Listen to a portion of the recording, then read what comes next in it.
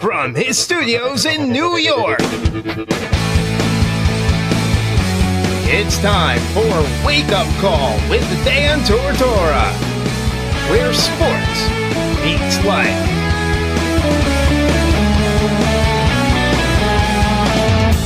Here's your host, Dan Tortora.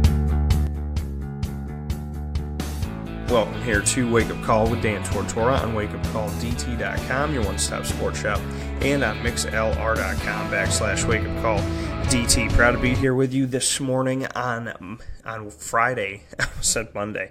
Friday, March 16th, 2018. We are here for the broadcast at number 51. We just hit our 50th broadcast this week of 2018 alone, so halfway to 100 in just 2018, and we're halfway through March. We've already hit that. We did over 200 shows last year, and we are at a place right now where we're at over 1,000 shows all together. Johnny said he is fired up today. Happy that Johnny's listening in to the show.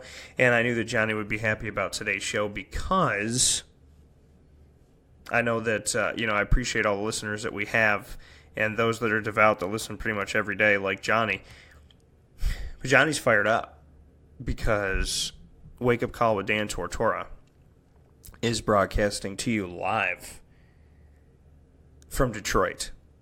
For the first time ever, Wake Up Call with Dan Tortora is live from Detroit, Michigan. We have, in the last 2 weeks, been live from Brooklyn during championship week in the ACC tournament. My coverage of the ACC, over 50 interviews done with student athletes while I was there throughout the Atlantic Coast Conference, all the way to the championship game. And then from there, moving forward to go back home to Central New York and back to the studios and do what we do there. And then after doing one show back at home, went on the road to Dayton, Ohio, went live from Dayton, Ohio in the first four of the NCAA tournament, the first four with Texas Southern, 16 seed, going up against NC Central for the right to play Xavier, and Texas Southern won that game. Syracuse going up against Arizona State for the right to be the number 11 seed outright to play TCU, as well as St. Bonaventure going up against UCLA, 11 seeds for the right to play Florida, and the 16-seeded Radford team going up against LIU Brooklyn for the right to play Villanova. So I was in Dayton, Ohio, covering the first four for the first time ever, and had an opportunity to be there. Typically, Syracuse is not in a play-in game, and they were this time around, so I got to see them there and cover that. And then literally woke up, what's today? Today is Friday, so woke up Thursday morning after covering Syracuse's game into the wee hours of Wednesday night. Woke up Thursday morning, got on a plane, and flew to Detroit to broadcast live from Detroit. So I have been home less than 48 hours in the last 2 weeks, and we have been able to broadcast the show live from Brooklyn, New York, Dayton, Ohio, and now, today, right in this moment, we're making history by broadcasting live from Detroit, Michigan. So, to my Detroiters out there, to my Michigangstas, whatever it may be, welcome to the show. I appreciate you tuning in, and thank you to Central and Upstate New York as always, as well as up and down the East Coast, my second home of Florida, the Midwest, and the West Coast. So, it's pretty cool to be out here in Detroit, Michigan, and I had an opportunity. I want to give a shout-out to those that are helping get the media back and forth to the Little Caesars Arena. Is I had made a statement that I wanted to see Ford Field, that I wanted to go by it and whatnot. And our driver said, and this is the media driver for the shuttle, so he's supposed to take us back and forth just to the arena, the Little Caesars Arena that covers the Detroit, that obviously houses the Detroit Pistons and that will be hosting the NCAA tournament rounds 1 and 2. So I was, curious about what's going on around Detroit, and I said I'd love to see Ford Field. And my driver said I was the only one in the car, and he said to me, what we're going to do is, he's like, I'm going to bring you down there, and I was just hoping, maybe sneak into the front seat and be able to take a picture and whatnot. He goes, I'm going to pull over, and I'm going to give you some time So he said, we're going to go up to Ford Field. I'm going to pull over. You can get out, take some pictures, do whatever you need to do. And then he said, just walk up a little bit because Comerica Park, which is the home of the Detroit Tigers, is right across the street. And he said you could take some pictures there. And, I mean, it was the craziest thing. So he's supposed to be driving me to Little Caesars Arena so I could go do what I do with the press conferences and the practices for the teams in the NCAA tournament that are at the host site of Detroit. And on the way there, he pulls over, stops for me at Ford Field. Then I go over to Comerica Park, and he drives up closer, lets me do some video, take some pictures, do what I need to do, and then picks me up and brings me over to the arena. No questions asked. Nothing at all. So I got the VIP treatment and got to shoot a video in front of Ford Field and a video in front of Comerica Park. So if you have not seen them, you can go to Facebook at WakeUpCallDT, Twitter at CallDT, that's CALLDT, and Instagram at WakeUpCall_DT. See my video in front of Ford Field, the home of the Detroit Lions, and Comerica Park, the home of the Detroit Tigers. And for somebody like Johnny, who is my Central New York resident Detroit Lions fan, you know, I did some of the stuff for you, buddy. I was like, I can't be here and not go to Ford Field. I want Johnny to see this video. So it was really cool for me to be able to do something like that. And, you know, I care about my listeners. You know, I care about, you know, each and every single one of you that takes the time to be a part of my journey. And, you know, I wake up and do what I love every single day. And the fact that there's people that love watching and listening and reading me do what I love is, I mean, that goes above and beyond. It's one thing to have a passion. It's one thing to have a dream. And it's another thing to be able to share that with other people that appreciate it. So somebody like Johnny, who has consistently supported this show and consistently supported everything that I do with Dan Tortora Broadcast Media and on wakeupcalldt.com, this is my way to repay you. When I'm in a city that you love, a city that houses a team that you love more than any other in the NFL, how can I not go and do a little surprise for you? So, you know, I want to thank Detroit for welcoming me in. I have flown through Detroit 1,000 times, but I've never been to Detroit, and this is my first experience of Detroit. So, you know, it's been a great experience. I've had a lot of fun. I really appreciate it. I appreciate people. I appreciate the entire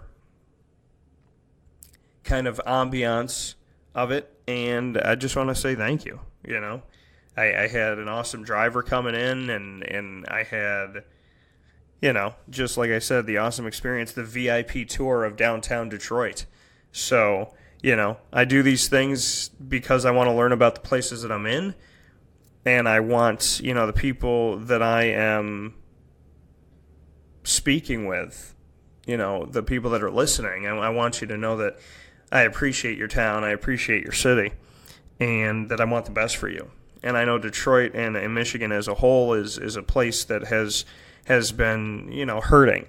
And the questions come up of when are the jobs coming back and what opportunities can people have here. And, you know, I know that there's issues in society. I know that there's things going on. I know that, you know, drugs affect people. I know that there's just a lot of things that have happened over time. And it is my hope and it is my prayer that people that have lost their jobs and drugs that have gone on and communities that have seen companies pull out and this and that will change. And I hope that Detroit is, you know, I hope that I'm here today in Detroit, Michigan, broadcasting live, and that when I come back here in a year or two or whatever it may be, that I am seeing the change. I hope that as I'm speaking to you this morning, there are people working diligently in the shadows to make positive change occur. And I hope nothing but the best for Detroit. So I want to thank you. I know you're trying to get an MLS team. I hope that all that works out for the best for you. I know that you have the Pistons and the Lions and the Tigers and the Red Wings, and you should be very, very proud. So, you know, I got to, you know, kind of live vicariously through Johnny as Johnny lived vicariously through me being here in Detroit. And I just want to thank the Next Stop for Wake Up Call. You know, it's a blessing to be able to broadcast the show, let alone broadcast the show live on location from places like Brooklyn, New York, and Dayton, Ohio, and Detroit, Michigan, and St. Augustine, Florida, and Jacksonville, Florida, and Orlando, Florida, and Washington, D.C., and the list goes on and on and on and on, and I can't thank you enough. So God bless and much appreciation. I do want to get really quickly to the annoying moment of the week, so let's jump into that really quick here. Before we do that, though, Johnny had some things to say. So what did Johnny say here? He said, I'm fired up today. You went to the Mecca, the Holy Grail, the Lion's Den, restore the roar. Yay, I just got chills. This is too much. Classy. So happy to know that you appreciate it, Johnny, because, like I said, I thought about you 100% being down here in Detroit. Let's take the morning menu. Let's get you ready for the show with that type of feel, and we'll get into the annoying moment of the week right after. Here on Wake Up Call with Dan Tortora, Monday through Friday from 9 a.m. to 11 a.m. Eastern Time. We like to start off the show by giving you our menu of topics. The morning menu, that is. Live now with the morning menu is Dan Tortora.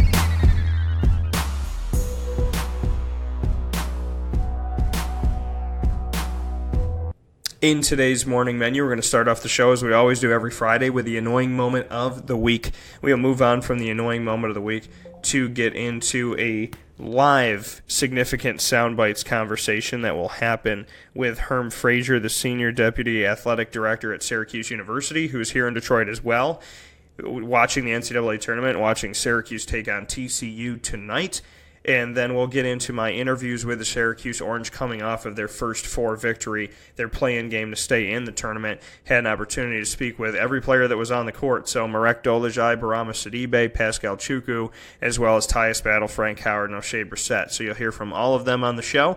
And then following that, in the second hour of the show, you'll hear Jim Boeheim's direct response to my question that I posed to him going into this game against TCU, and then multiple answers from questions that I gave to Jamie Dixon, the former Pitt, now TCU head coach. That's all coming up on today's broadcast, but not before the annoying moment. Dan Tortora proudly brings you... Is that for real? Are you kidding me? The annoying moment of the week. I really, honestly, I don't know how to respond to this. Presented by Carvel DeWitt, 4322 East Genesee Street. It's what happy tastes like. Do you have to be that crazy? I guess so.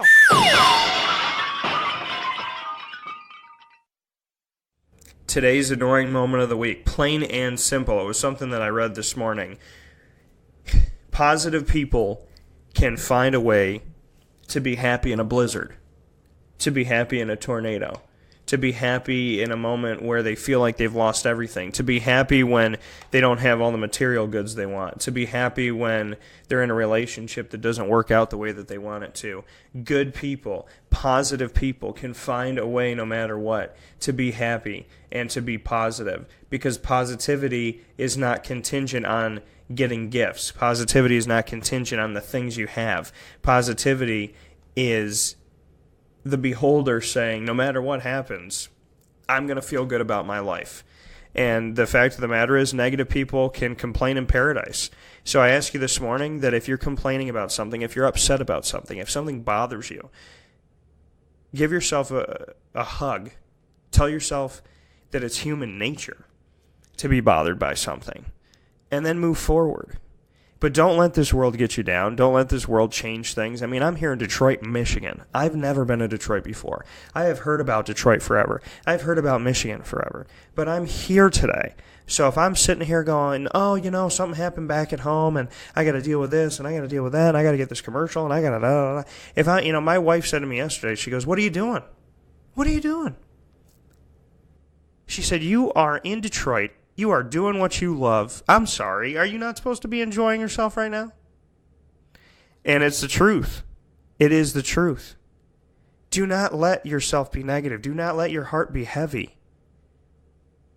Give this world the best you got and understand that the world will give you back the best it has, because what you put in is what you get out. And if you put in negativity, you will eventually see it. If you put in positivity, you will eventually see it. So the annoying moment of the week is very simple. Tackle each problem as an opportunity to grow as a person and an opportunity to find a solution. Do not tackle a problem as a problem. Do not tackle a problem as something that is going to tear you down and rip you apart and cause you to not be who you are. I'm exhausted, okay? But I love what I do. So I could walk around here and go, oh, I just want this to end. I'm so tired. No. I want all these teams to do well. I want all these teams to succeed, and I will be here as long as they will have me. As long as my schedule permits, I will be here. And I have events all this coming week that I have said I will be there for, and I will be there for irregardless of what happens, because I gave my word. I will do the best I can, and the best I can is what I will do. And that's all we can ask of ourselves. Do not complain in your life. Be happy, be appreciative, and know that God would never leave you with nothing. He would never leave you without a gift. He would never leave you without somebody to help you through your strife. He never, ever, ever, ever forsakes or forgets you. Don't ever forget that. Don't ever let that go by. Know that He is there, and know that He is watching, and know that He is happy for you, and He wants the best for you. And know that if you want anything less than the best for yourself, you're not living life to its fullest. It is so easy to complain in the world we live in today, and I have things on my chest this morning, but you know what? I cannot go through life just dealing with problems. I have to go through life living. And when something arises, we handle it, we work on it, we do the best we can, and we move forward. But as long as you're working with good people who believe in who you are and what you're about, you'll be okay. And if you wonder if that'll happen consistently, look up to God and ask Him if He loves you, and you'll get your answer. We'll take a step aside. We'll come back with Herm Frazier and Significant Soundbites live in just a moment. This is a wake-up call fast break. Carvel DeWitt, it's what happy tastes like. Do you know why? Because we make ice cream. Creamy, rich, flavorful ice cream. Not yogurt or iced milk like some of our competitors. Ice cream. Fresh, by hand, daily. For the calorie conscious, we have something new for you. Our new Carvelite. Same great flavor, creaminess, and texture of our regular ice cream with only 35 calories an ounce. So whether you want an ice cream cake, flying saucer, dasher, carvalanche, hard or soft ice cream, we will satisfy your craving with our fresh, handmade regular or new Carvelite ice cream. Carvel DeWitt. It's what happy tastes like. Clothing that will change with you without you having to change. DreissigLady.com, DREISSIG Lady.com. With the Bamboo line Relax Fit clothing as well as the Athletic Fit clothing, DreisigLady.com is fit for any woman, any time of the day, anywhere. Whatever you're doing, whatever your day commands of you, command yourself to feel comfortable in Dreisig Lady Apparel. DREISSIG Lady.com. For all the women out there, feel good in what you're wearing. And don't feel like you have to constantly change throughout the day. Whether you're a stay-at-home mom, a business owner, going for a jog, going for a meeting, or just relaxing at home, DreisigLady.com is the right fit for you. DREISSIG Lady.com. Welcome back here to Wake Up Call with Dan Tortora on wakeupcalldt.com, your one-stop sports shop, and on mixlr.com/wakeupcalldt. It is that part of the show where we do significant sound bites. We're doing it a little bit earlier. It's normally at 9:30 a.m. Eastern Time every Friday here on mixlr.com/wakeupcalldt. And today it is a little bit earlier. It's Significant Sound Bites, and this segment of Significant Sound Bites is proudly brought to you every single Friday broadcast, and I'm very proud and honored to have the opportunity to share this Significant Sound Bites with Herm Frazier, Senior Deputy Athletics Director for Syracuse University, somebody who is no stranger to the broadcast.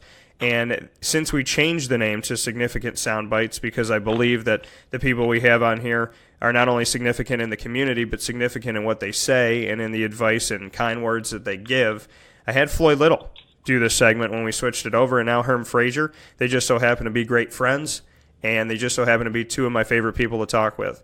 So with that being said, Herm is here on the show this morning as we're both in Detroit. Herm, how are you doing today? Hey, doing extremely well. How are you, Dan? Doing very well. And Herm, I got to give it up to you because you not only come out to these games and come out to support the Syracuse team in the NCAA tournament, but you have like the tracksuit on and Syracuse going, and you get me pumped up. Like I feel like I need to wear that. And we need to do a little shoot around. I think like there should be a Herm and Dan time outside of the Syracuse time on the court. Do you think they should give us some time to shoot around a little bit? Hey, Dan, they want to win the games. They give that to us.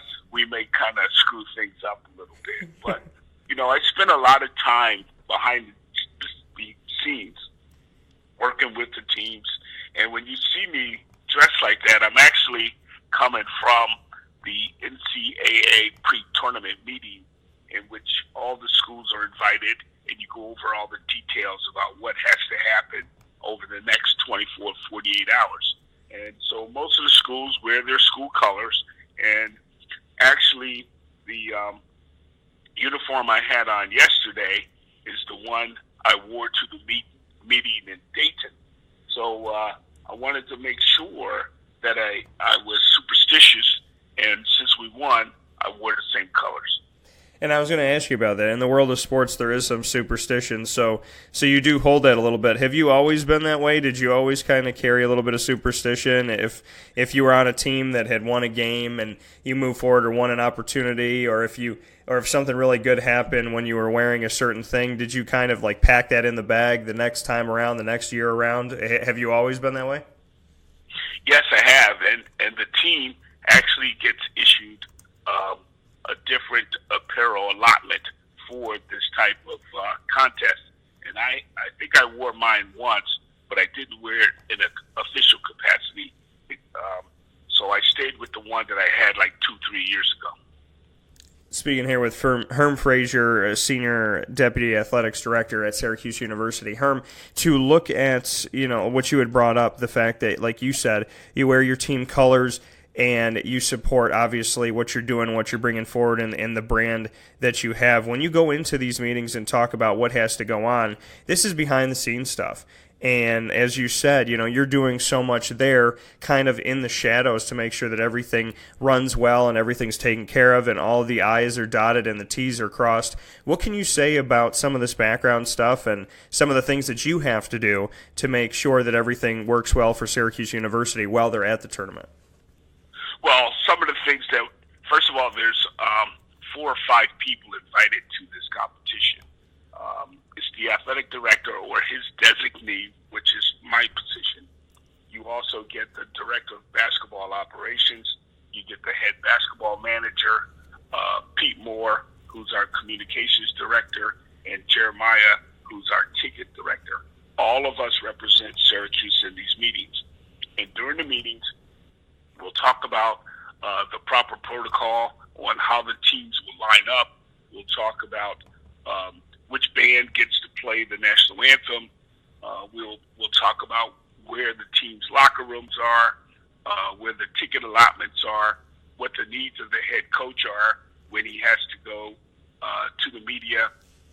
We discuss when the locker rooms will be open for media people like yourself to be able to have access.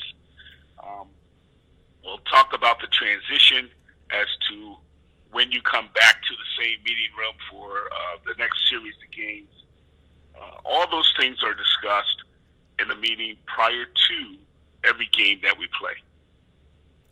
And, when you're doing this, like I said, things try to work as seamlessly as possible when the game is going on and before the game, after the game, even yesterday, when I flew into Detroit and we're here and there's the practice opportunities and the press conference with Jim Boeheim and with Tyus Battle and Frank Howard and whatnot, and each of these teams kind of flowing through, doing all this background stuff that's, people don't necessarily see, but if it all works out okay, then, things run smoothly. And it's kind of like that age-old, if you do your job and do what needs to be done, then, people don't ask any questions kind of about how this is going on or where it's going on, but you get to be a part of this. And I think that it needs to be a job that, should be definitely thanked, because the focus and the attention's on the tournament, what happens on the court, and so on and so forth. But for what you do, Herm, I mean, you seem to really love your job, love what you're doing with Syracuse.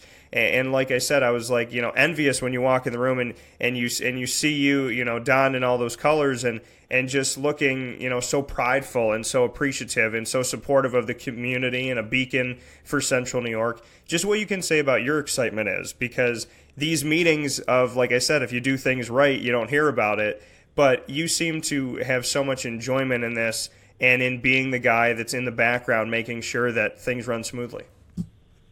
Well, the thing is, what a lot of people don't realize was after the victory in Dayton, we went back to the hotel, and everybody grabbed their bags, which were already packed, and then we threw them on the bus, and the airplane took off at 2 o'clock in the morning, which would have been the next morning, and then we arrived at the hotel about 4 o'clock, 4:30 in the morning, and then some of us, i.e. Pete Moore, had a meeting as early as 9:30. So the credentials and everything that we need for Detroit were already delivered to the hotel by somebody who's the team host. And I believe our meeting started yesterday at 2:15 p.m., but we left the hotel at 1 to go over to get the lay of the Little Caesars Arena, as well as all the other things that we were responsible for. So we were there yesterday from about 1 p.m. until I think I came back to the hotel last night about 7:30. And then there was a treat because I got to go to dinner with a few of the coaching staff, as well as Dave Bing and Derek Coleman. So you do those types of things for the love of your job, and more importantly, you get to be around those kind of people. And I'm laughing because you're simply just at work doing what you want to do. Yeah, and like you said, the opportunity to go out with Dave Bing and Derek Coleman, just what you can, say about that. I mean, obviously, two of the greatest Syracuse basketball players ever, and Dave Bing, what he has done, and in the political world, and how he evolved there as well. And seeing both of these gentlemen that have come back to Syracuse, come back to the Dome, supported what Syracuse continues to do today, supported Jim Boeheim, supported the university and the basketball program. Bring me into dinner, if you're a fly on the wall, just what it's like to be around Dave Bing and Derek Coleman, and how that conversation, just kind of what you sit down and talk about, and what life was like if you were a fly on the wall at that restaurant. You just listen. When you have two guys like that, obviously they came from different eras, and you get a guy like Dave, who we were talking about, old school NBA, ABA type stuff, and then with Derek, you talk about some recent stuff about the time when, and I didn't realize this, when they went to the national championship that year, he was a freshman, and I was telling him that's exactly the first time I even went to a Final Four. So to be able to sit there and reconnect and talk about that wonderful game and how good a Syracuse team that was back in 1986-87 season, I mean, it was just amazing. And, like you said, when you just, I said, what do you do when you're there having dinner? You said you just sit back and listen. What do you take from these guys who have, obviously been living legends and got to continue their basketball careers outside of Syracuse and are still relevant? Dave Bing shows up somewhere, there's respect. Derek Coleman, there is that, respect of the history of everything that he did at Syracuse and what he was able to do and the longevity he had in the NBA. And obviously with Dave, with, Syracuse to continuing basketball to being somebody who's trying to, stand up at a podium and speak positive words and reinforcement into a place that needs it. I mean, just what you could say of these gentlemen and the fact that, you always seem to be around people connected with Syracuse, not connected with Syracuse in its entirety, Herm. You seem to be around people that are inspiring and moving, and you have a phenomenal job in the sense of being able to have those conversations with special people in this world, and then at the same time, I feel that you are one of those people yourself. So just what you could say about the dynamic of living a life where, you impart knowledge and are a pleasure to have around, and then you get to have other people around that, challenge and inspire you as well. Well, there's no question. for instance, yesterday, obviously in the meeting you have Cal State Fullerton, Purdue, TCU, who else? Butler, all the schools there, Arkansas, all the schools there. And yet the producer for CBS was a guy by the name of Craig Silver, who I knew for a long, long time. And I'm reaching over to Pete Moore, and I said, I didn't see Craig over there. I said, but Craig used to produce track meets way back 30, 35 years ago. So after the meeting's almost concluding and we're heading down to the questions part, Craig Silver starts talking, and he looks up and he says, I just have one question. I want to ask Herm Frazier, how can 4 people from UFC running a 4x4 meter relay race last week, they break the world record, but then they don't get the world record? And first of all, the question came out of left field, and I looked up at him and I said, the reason they don't get the world record, Craig, is because they can't confirm that all 4 people are from the same country. I said, so in that instance, what it becomes is a world best. Well, some of those people in there got it and understood why he was asking me, but some didn't. So at the end of the day, it said who I am in the room representing Syracuse. Now, I have to tell you, what that does is that gives Syracuse a one leg up on some of the things that we would request and so forth and so on. And then the guy who was running the meeting, Jimmy Phillips, from the basketball committee, is the athletics director at Northwestern, and Jimmy and I used to work together at Arizona State. So we did have one little issue that I needed to talk to him about, and lo and behold, we got it resolved. So those are the types of things that you try to do, just like you do for your team. You try to get the one-upmanship when you go to meetings like that on behalf of your institution. And that one-upmanship, just what you could say about, utilizing your network and making sure that, because it's all about building relationships. I mean, anything that I do day to day is about building relationships. It's about having a good rapport with people. I mean, you and I wouldn't be talking this morning, in my opinion, if I hadn't built some type of rapport with you. And, it's what you utilize. You utilize the network, you utilize your reputation, and you try to show people who you are, stand in front. I said to my wife, it wasn't that I went to the press conference for TCU and for Syracuse yesterday. It was that I went to the press conference, asked a question, and made sure that I was the first question in each of those press conferences to start things off. Because you ask certain things of yourself, you want people to know that you're in the room, you want to build a good rapport. So just to speak on that, about, being somebody who wants to be what you see is what you get, wants to build their network and wants to demand respect and have proof of how you can back that up. Herm, you always seem to be somebody who takes the time to make time for other people and to give back. So, just to discuss a little further what you said, the one-upmanship. If people know who you are, they know what you're about, they know that, what comes out of your mouth is honest truth, then, they're more apt to help you. No question. And to be honest, Dan, for me, it really started after I got out of college and first got into this business as well, back in 1979, because I was always taught to give back to my community, to give back to my institution. And so if you go into metropolitan Phoenix, and after we defeated Arizona State the other night, my phone just blew up from people all over Scottsdale, Phoenix, Tempe, whatever, just congratulating Syracuse, and also, needling me a little bit, asking me who was I for. Well, I'm for Syracuse University. I mean, Arizona State was in the rearview mirror. It's a place that I matriculated as a young student. It's a place I worked for 21 years. It's a place I have a scholarship in my name. But more importantly, right now, I represent Syracuse. So that was easy for me. But you just hope that all these young people will cherish what they have in front of them to be able to represent their school.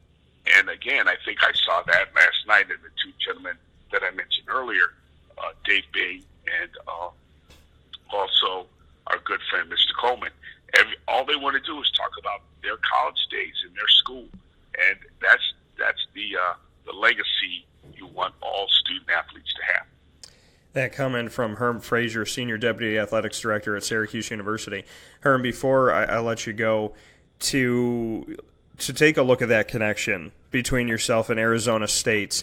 You know, like you said, you represent Syracuse University right now. You obviously show a lot of pride for Syracuse University, and despite the fact that you didn't go to Syracuse University, you know, it's as almost as if you did. It's almost as if you were a student athlete there yourself, because you've bonded yourself to the community and to the message so much to continue on your longevity, and even having different athletics directors and having them keep you on and keep you there speaks volumes about what you're about and who you are, and obviously your connection that you have with the community and the university to the community. So when you have Arizona State on one side and you have Syracuse, I mean, these are two pieces of your life. How was watching that game for you? It wasn't bad at all. To be honest with you, it wasn't bad at all, because a lot of the people there, as far as the athletes, I don't know. I know a few of the administrators, and I would say, probably close to 30% of the administrative staff that Arizona State has are people I hired. And you got to understand, I've been gone from the university as an employee for 18 years. And you just mentioned something that's very important to me as well. You stated my connection with some of the athletes. Well, people like Mike Hopkins, a lot of the former football players, a lot of the former basketball players, they have really, really embraced Caroline and I. And it is kind of interesting, because you would think that they've embraced us so well, and they all tell me that they say, hey, we think Herm bleeds orange. And it's the athletes. They say, we think you may have been a Syracuse student athlete. And you're right, I do have that connection with the past already. And to look at, you know, the connection with the past and now with the present, this team has been 5 guys, 5.5, 6 guys. There were 6 players that played, and I say 5.5 with Bourama Sidibe having to deal with injury all season long. But we look at Bourama Sidibe, Paschal Chukwu, Marek Dolezaj, Tyus Battle, Frank Howard, Oshae Brissett. They somehow found a way. They gutted it out. They got to 21 wins so far and moved themselves on. They got in the tournament. They won the play-in game, and now they have an opportunity in the round of 64 to move forward, as you and I are both here in Detroit, and we'll both be on site at the game. What has this team shown you, not just about basketball, not just about their abilities, but what have they shown you as an example to anybody in any walk of life, any job, about when adversity strikes and strikes hard, you can be successful. You can find a way. You can carve out your own place. What has this team shown you in that respect? Well, first of all, it shows you that they are a team, because they would never get this accomplished if they all didn't have a certain role in which they had to play a part. So that's the most important part. The other thing is the closeness of the group. They lean on each other. They like to be around each other. They seem like a real fun group. But the other thing is, because they play so much, they get tired. And so they get their rest. They get prepared to play. They talk to our medical staff. They stay off their feet. And no matter what happens today, they're going to come out and they're going to compete, and they're going to get in your grill, and they're going to just go represent their school and have fun. Have you seen a team in, any time that you can remember in college basketball, have you seen a team that's had a starting 5 and maybe one other player, the majority of people playing 40 minutes every single night, a true freshman playing 40 minutes? Have you ever been around or experienced a team or can remember a team that has done so much with so little and has been in a scenario where your feet are not kind of to the fire every once in a while, your feet are in the fire 24/7 the whole season? Not like this. This is the first time for me in 30-plus years to see something like this and to see the success that they're able to have. And so I think it's a tip of the hat to them, our coaching staff, and more importantly, the head guy. And in closing here, two final questions. First one on, when it comes down to the committee, everybody wants to have an opinion on who gets in, who doesn't get in, how do you get in, are you a play-in game, do you have a guaranteed spot? Yeah, a team like Oklahoma got in this year at 18-13. Syracuse was there last year. They said Oklahoma played a good half a season, and that's what got them in, where I could argue Syracuse played at least a good half a season last year when they didn't get in. So, how much do you have to say in this, and can you as a university plead your case to the selection committee? Is there any conversation that happens before, or is it just closed doors, locked, and you're just in the dark like everybody else? Zero input, and the door is locked. And one committee member told me yesterday, who I mentioned earlier, he said, Herm, once we put you guys in, my phone was ringing off the hook of people complaining. But at the end of the day, we're still standing, and that's all that matters. And the second part of it, Jim Boeheim, 42 years, over 1,000 wins, as we know the truth. Just what you have seen from him, like you said, they've started to look at you like you played at the university, that you've always been a part of the university, that you've been welcomed into the past of Syracuse University. To be around someone historically like Jim Boeheim, and to be connected to this university, connected to what he's been doing, just what you could say about him, because I feel like, people don't obviously get to see his full personality, they don't get to see his comedy, they don't get to see, down-to-earth side, they don't get to see necessarily how much he cares about and does for his players. So, just what you can say about the man, the myth, the legend, the 1,000-plus win Jim Boeheim. Well, he does really care about the players. He cares about his staff a lot. He cares about his staff families. And there's a lot of things involved in being a head basketball coach now. It's not just going out and dealing with the X's and O's. It deals with a lot of things behind the scenes. And when you've done it for as long as he has, you're able to master those things. And I think we see it on display every day, and I suspect that's why he just loves what he's doing. And as a quick follow-up to that, everything that's going on with the NCAA, obviously Syracuse wasn't named in this. So many schools were, a lot of Power 5. 6 of the top 10 highest-paid coaches in the country are connected to programs that were implicated in this.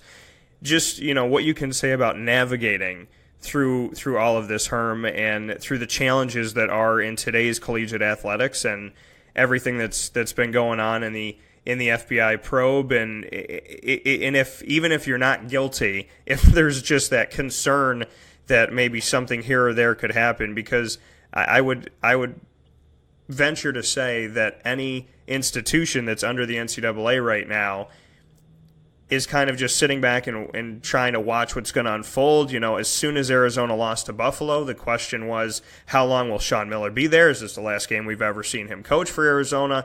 So just how you've handled and tackled life in the NCAA world that has become very, volatile at certain points, and kind of caught teams in a situation where one day they're fine and the next day they have to answer a lot of questions.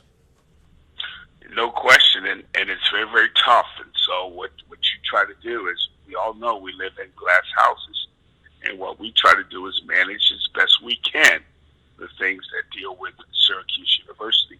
And you mentioned Arizona.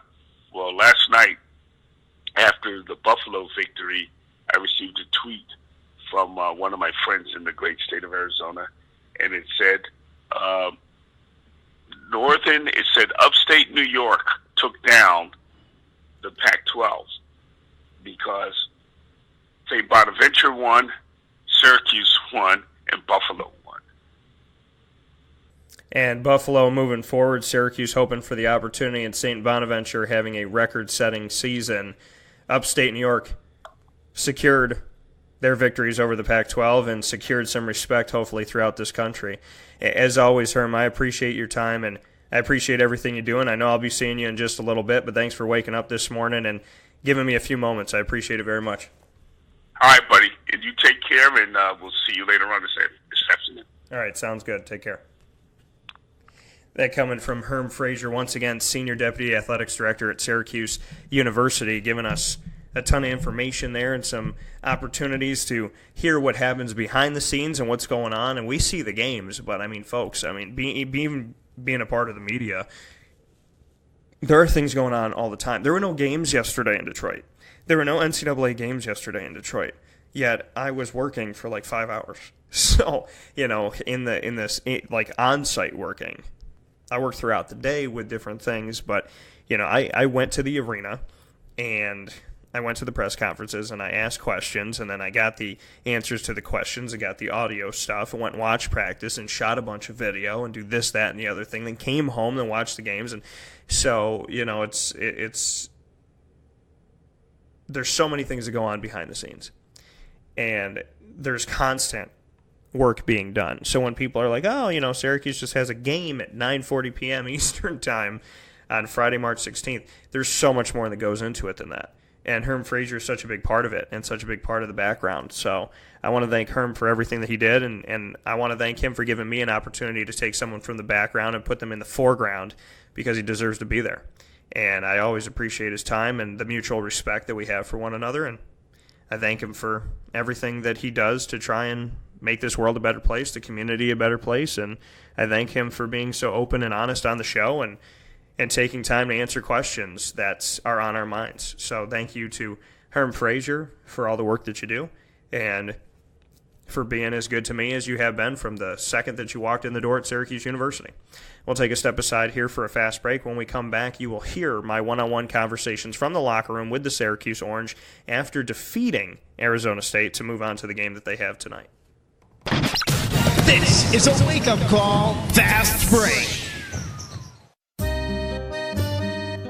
This is Lawrence Papaleo, licensed real estate salesperson for Gilbo Realty.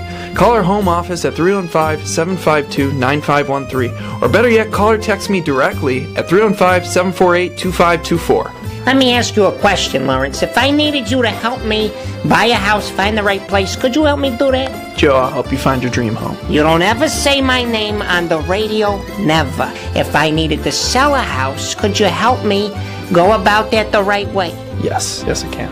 How do they get a hold of you? Call me directly at 315-748-2524. But you also do the commercial property. So if I got a business, couple businesses, got to take one here, move it over there, do this, do that, are you going to help me buy and sell my commercial property also? Yes, sir. I like that. What's my name again? I have no idea. Absolutely, but they need to know your name, so give it one more time. This is Lawrence Papaleo, licensed real estate salesperson for Gilbo Realty. My phone number is 315-748-2524. Why don't you tell them your name one more time and that number so we can jot it down? This is Lawrence Papaleo. Call me or text me directly at 315-748-2524. Muddy Waters Kitchen and Bar is your home on the water for every season. Join them on Wednesdays for all-you-can-eat wings, chicken thighs, and drumsticks from 3 to 9 p.m. And on Thursdays, join me, Dan Tortora, for live game show night, a new night out unlike anything you've played before in Central and Upstate New York, every Thursday at 7 p.m. And while you're there on Thursdays at Muddy Waters Kitchen and Bar, from 5 to 9 p.m., join them for the barbecue all-you-can-eat buffet with buffet-style sides, ribs and pulled pork, chicken thighs, and drumsticks. And on Wednesdays and Thursdays, all-day happy hour. You know how to get it done right at Muddy Waters Kitchen and Bar on 2 Oswego Street in Baldwinsville, New York.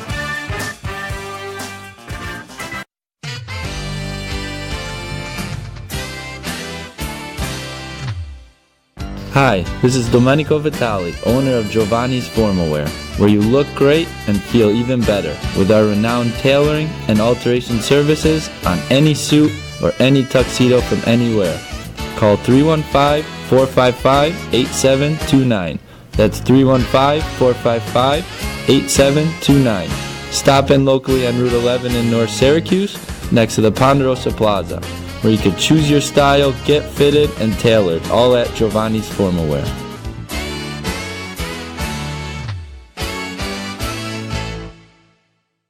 I'm George Townsend of Honda City with some good advice when buying a new car. The true cost of owning a new car is determined by the appraised value when you trade it. No vehicle appraises higher than a Honda. Next, look for low APRs and deep discounts. You also want low maintenance costs and great fuel economy. That's why my advice to you is to buy a new Honda. Looking pre-owned, visit our Honda Certified Used Car Center. Honda City, 7140 Henry Clay Boulevard, Liverpool, or HondaCity-CNY.com. It would be a pity if you don't shop at Honda City.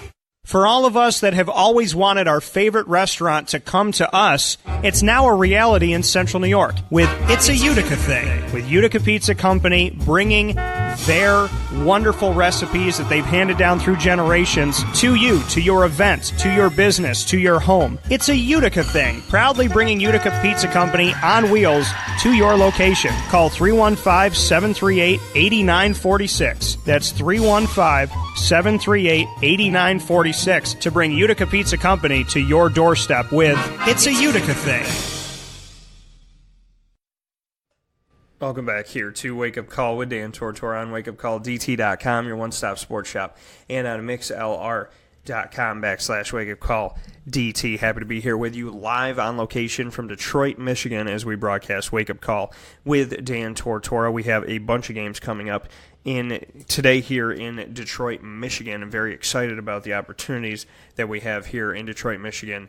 We will have the game between Purdue and CSU Fullerton, as well as Butler and Arkansas, Syracuse taking on TCU, and the other game that we have that's here on location is going to be Michigan State and Bucknell. So 4 different games that are happening in Detroit, Michigan for the right for a bunch of teams to move forward with an opportunity to get to the Sweet 16. So it'll be very exciting to see what happens here in Detroit, Michigan, and I want to thank all the teams and their student athletes and their coaches in advance for all that they do and for their positivity and for making themselves available for people like me to spend a few minutes with them inside and outside of the games here. So thank you and much appreciated for all the work that you do, and thank you for all your hard work. And it's just crazy to be in the same room as Tom Izzo again with Michigan State and to have an opportunity with Bucknell here, CSU Fullerton, to have an opportunity with them as well as, you know, other schools like Arkansas and a team like Butler, who I've had a ton of respect for from a distance, and really appreciate all the work that they've done and how they've advanced themselves in the Big East, which I think is very, very competitive. And as much as I'm an old Big East person, I cannot help but admit the fact that the Big East makes you want to watch basketball.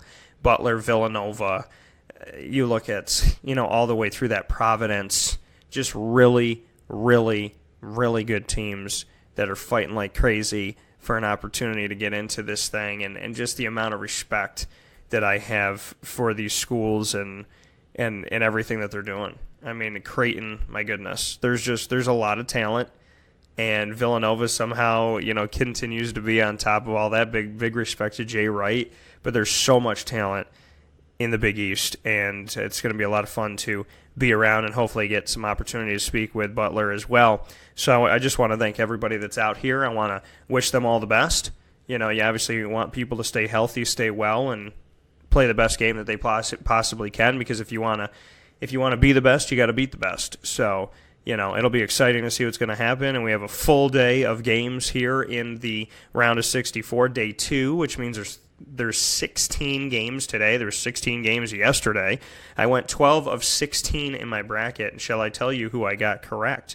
So I had Villanova right and Alabama right in the East bracket. I had St. Bonaventure wrong. I had Texas Tech right. So 3 out of 4 in the East bracket. In the Midwest bracket, I had 3 out of 4 as well. I had Kansas right, Rhode Island right, and Duke right, and I had Seton Hall wrong. In the West bracket, I had 2 of 4. I had South Dakota State, and Ohio State ended up winning that game.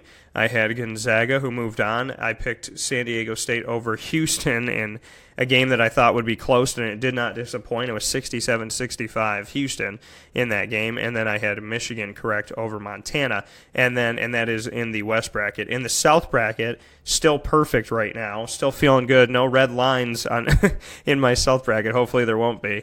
Kentucky, Buffalo, Loyola, Chicago, and Tennessee. So that's right, folks. I chose an 11 seed and a 13 seed. 11 seeded Loyola of Chicago over Miami. I chose that and got that correct. And I was one of those people that chose 13 seeded Buffalo over Arizona, not because of a fluke, but because of the fact of two teams that run up the score, that have a whole lot of offense. And I just had that feeling inside of me that Arizona, I mean, listen, the Pac-12 hasn't been that strong this year. The committee didn't really push the Pac-12 getting into this tournament. You know, they weren't giving them a lot of spots. The only lock was really Arizona. And I feel like if you're coming from a conference that isn't getting a lot of respect, it doesn't have locks for the tournament, that, you know, maybe the competition you're not ready for. And with two teams running up the score on each other, Buffalo is a very dangerous team. I told you all season long after they played Syracuse and so on and so forth and coming into it that they've had a good season and that they're a tough out and that they could score 81 points in a game. They scored 89 in this game. They won by 21. So I picked Buffalo because I thought it would be offense versus offense running up the scoreboard, and Buffalo just sped up this game, and I said the running of the Bulls. So I chose this on purpose. This was not a fluke. I put some thought into it, and ultimately it was the one that I felt like I had to pick. Kentucky and Davidson, I went back and forth like crazy, and with, you know, I guess rightly so, with Davidson only losing by 5. But, you know, Buffalo over Arizona, 13 seed. That was on my bracket, and you can go check it out if you want to, but I definitely I saw something in Buffalo. And this year they are a very difficult team to play, and they're going to be a difficult out for anybody. So if you're overlooking them in the Kentucky game, remember what Kentucky almost had happened to them against Davidson, and then put Buffalo above that and understand that the running of the Bulls may continue beyond that point. With that being said, continuing here with the NCAA tournament coverage on Wake Up Call with Dan Tortora as we broadcast live for the first time ever from Detroit, Michigan. I'm very happy to say that every one of the 6 Syracuse players that played in the game against Arizona State in the first 4 in Dayton, Ohio, had an opportunity with each of them, and you will hear from them all now heading into this game on what they had to say. We're going to start with Marek Dolezaj about attacking inside. I try to attack basket, be aggressive, and I must be more. I lose some baskets, I lose some balls, but I must be more aggressive. The team pulls out the victory. Just what you can say about this win, coming off of this one. It was a big win, a tough game, but I'm so happy we won this game, and we must rest and focus on next game. Just speak on the poise of the team and belief amongst yourselves that you could get back, get the lead, and get this victory. We did it a lot of times this season, and I knew we must only stop them once or twice, get back to the defense, and I knew we can make some baskets, and we did that. It's your first win as a collegiate basketball player. Just what you say about that? I'm so happy we won first game, but we must be happy and focus on the next game. That coming once again from Marek Dolezaj in our conversation coming out of Dayton and the first 4 as Syracuse moved forward past Arizona State in their playing game of 11 seeds to take the outright 11 seed in the Midwest to face TCU, which will be happening tonight right before 10 p.m.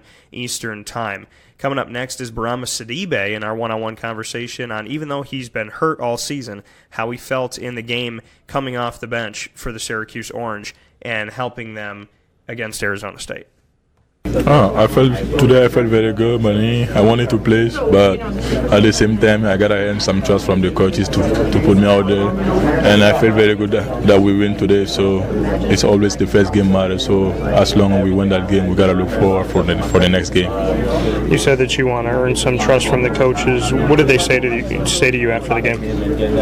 I know he's always worried about my knee. He wanna see me doing something better instead of playing me first. I mean, if he see me doing if he see me producing, so I know he's gonna let me play more. But if he doesn't see me doing that from the beginning, he always kind of worry about my leg. So, what you can say about your teammate and fellow freshman Oshae Brissett, what he did in this game? He had 23 points to not only lead Syracuse but to lead all scorers in the game.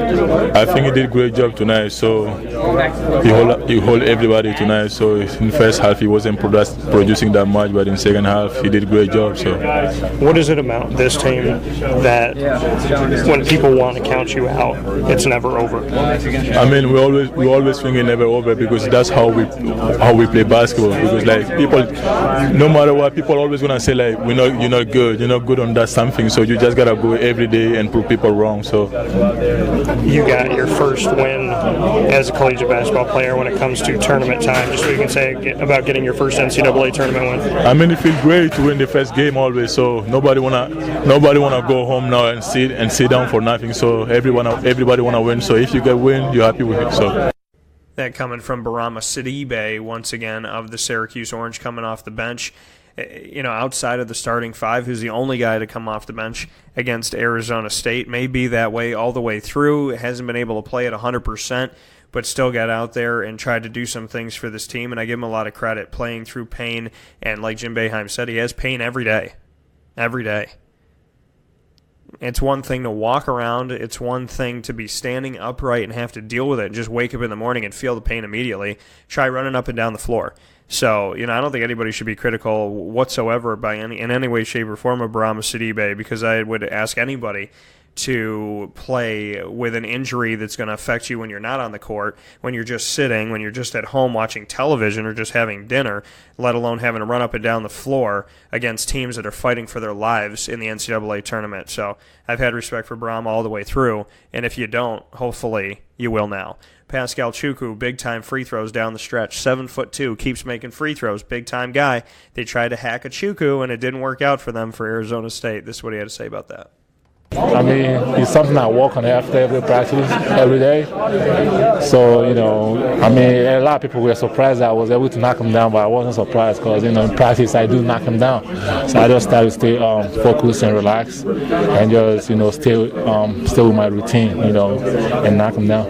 There was a foul called on you that could be looked at as questionable. Yeah. They missed the front end of the 1-and-1, and then you got the rebound, went down on the other end, and had an opportunity to shoot. It was like an immediate revenge. Just what you could say about that. I was kind of pissed off because I thought the dude actually fouled me because I boxed him out and he reached over me. I thought that was supposed to be called over the back, but they said I fouled him. So when I got the ball, I was really, really pissed off, and I was glad at first, he missed it, and then I got my shot to go back there, pretty much do the same thing. Like you said, it was kind of like a moment of revenge. So I just try to focus and knock him down. This Syracuse team this season seems to make the fan base get to the point of almost having a heart attack and then winning games. Just what you could say about gutting out wins and really never being out of a game.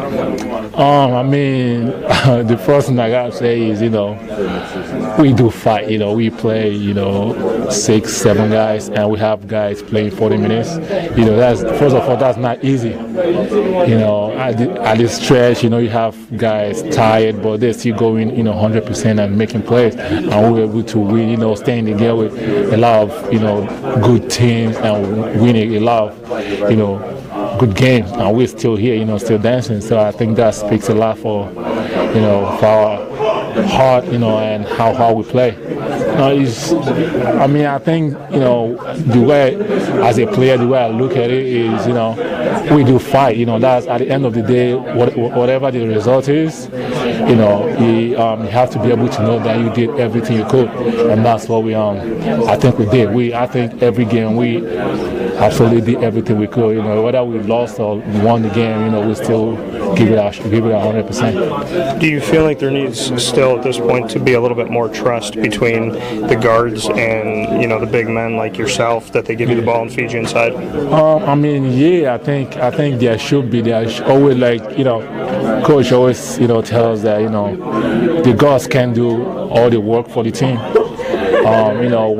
When they play them hard, that opens up inside for the base, and we have to be able to step up and carry some of the load. But I think, them making, players like, throwing it, driving and dumping it off, that will actually help them, because when we make a couple layups inside, that will make the defense, spread out and open up the floor for a lot, for everybody. So I think, I'm not saying they're not doing a good job. They throw the alley-oops, they throw dump off, and I think the team will be doing what we need to do to win. And I think that's that's the way it is right now. Because if you look at our team, we were able to win a lot of games. 20 games while playing 6 to 7 people, and we won a lot of games. So I think we're doing what we need to do to win, and that's something that is important to us. Oshae Brissett, just what you can say about 23 points to lead both teams. I think he really came to play. He got hurt and he still came back and was still going 100%. That's in games like this when other guys ain't going, you need somebody to step up and make those big plays, and he was able to do those. So that's plays like he does every day in practice. So we kind of expect him to do that. Lastly, for me, NCAA tournament for you. It's your first time that you got to play in an NCAA tournament game, and it's your first win. I mean, it does feel good, It does feel good getting this win. It was a good game, and I'm just happy that we got the win. That coming once again from Paschal Chukwu of the Syracuse Orange in our one-on-one conversation after they advanced past the first four in Dayton, Ohio, to where they are today and where I am broadcasting live from this morning, and that is Detroit, Michigan. For the first time ever, Wake Up Call with Dan Tortora live on location in Detroit, Michigan, broadcasting to you on the airwaves, online, live streaming to every single device that you have that has the internet on mixlr.com/wakeupcalldt every Monday through Friday from 9 a.m. to 11 a.m. Eastern Time, as well as specialty shows and times like this with the NCAA tournament. That is on mixlr.com/wakeupcalldt. Become a member, and you will be emailed every single time the show goes live. So the special engagement shows and everything that we're doing, as well as the Monday through Friday, 9 to 11 a.m. Eastern Time schedule, it will be sent to you as soon as I hit live in the studio or wherever we are in travel opportunities like here with being live from Detroit, Michigan. As soon as we go live, you get sent an email. All you have to do is open it up and click to listen. It's as simple as that. And you can chat with me in the live chat room. So make sure that you become a member today. Moving on to my conversations one-on-one with the Syracuse Orange, speaking with every single player that was on the floor against Arizona State. Here's Frank Howard on the resiliency, not just of the team against Arizona State, but resiliency this entire season by Syracuse. That's us. That's our identity. We're here for that. We're here because of that. We fought all year. This was a tournament. It's all about these gut-wrenching games. These games where you got to dig deep into yourself and fight. So that's our identity. We understand that. So when we see a deficit on the scoreboard, we don't shy away from it. We want to attack that. The last time you were in the NCAA tournament, you didn't have a guy like Oshae Brissett, just so you can say what he's meant to this team, what he meant in this game to lead all scorers on both sides of 23. Yeah, he's a special player. He's only a freshman. He's only gonna get better. He's gotten better all year. He had some big shots tonight. Grabbed a lot of rebounds for us, and he won the game for us. What can you say about moving around more? Oshae said that he puts it on him, especially in the first half. Not cutting to the basket and doing different things offensively. Just what you can say about that. Just making sure that you guys are giving each other opportunities and looking for those looks on offense. Yeah, attacking against a standstill defense, is very hard. And you can kind of see some of the shots we get forced into when we're not moving. So I think when we get that movement, we had a lot of that down the second half. Just get some good movement, getting balls to both sides of the floor, and attacking gaps. So whenever we can get movement like that, I think we're very effective on the offensive end. And then lastly, for me, just to look at the fact that last time you were in the NCAA tournament, we obviously know that was a dangerous time for other teams. Just what you could say about getting in, getting the win, and knowing that you have life in the round of 64. It's a great feeling. When you can win in a tournament, every win counts. We're gonna keep fighting. The tournament. If you look ahead of your next game, that's how you get beat. So we want to look at our next game. game at TCU. You know, they're a great team, have a great coach. You know, we'll be prepared. And staying in the backcourt from Frank Howard to my conversation with Tyus Battle. Tyus Battle of the Syracuse Orange, sophomore shooting guard on the team. Just what he can say about, even though people on the outside want to count out Syracuse all season long, they've never counted each other out from the inside. I mean, we never count ourselves out of the game. You know, people might count us out every time we play, but if we're on the court and there's time left, we know we can get a win. So we keep on fighting, and that got us win tonight. Moving the ball around and moving around in general on offense, Oshae said in the second half that they were moving around trying to make some cuts and do some different things. He said, you know, I put it on myself 100% that we need to move more for 40 minutes. Just what you can say about that. On the offensive end? Or yeah, offensive end. I mean, they made it tough for us to just go one-on-one and drive to the basket. Every time we got there were shot blockers, people taking charge and stuff like that. So we were just trying to move it around a little bit to get openings. Oshae had some big shots, big threes, big step back. So he definitely saved us tonight. He had a monster game. You've been asked to be the scorer a lot of the time. Oshae coming onto the team this season and in this game, not just leading Syracuse, but all scorers with 23 points.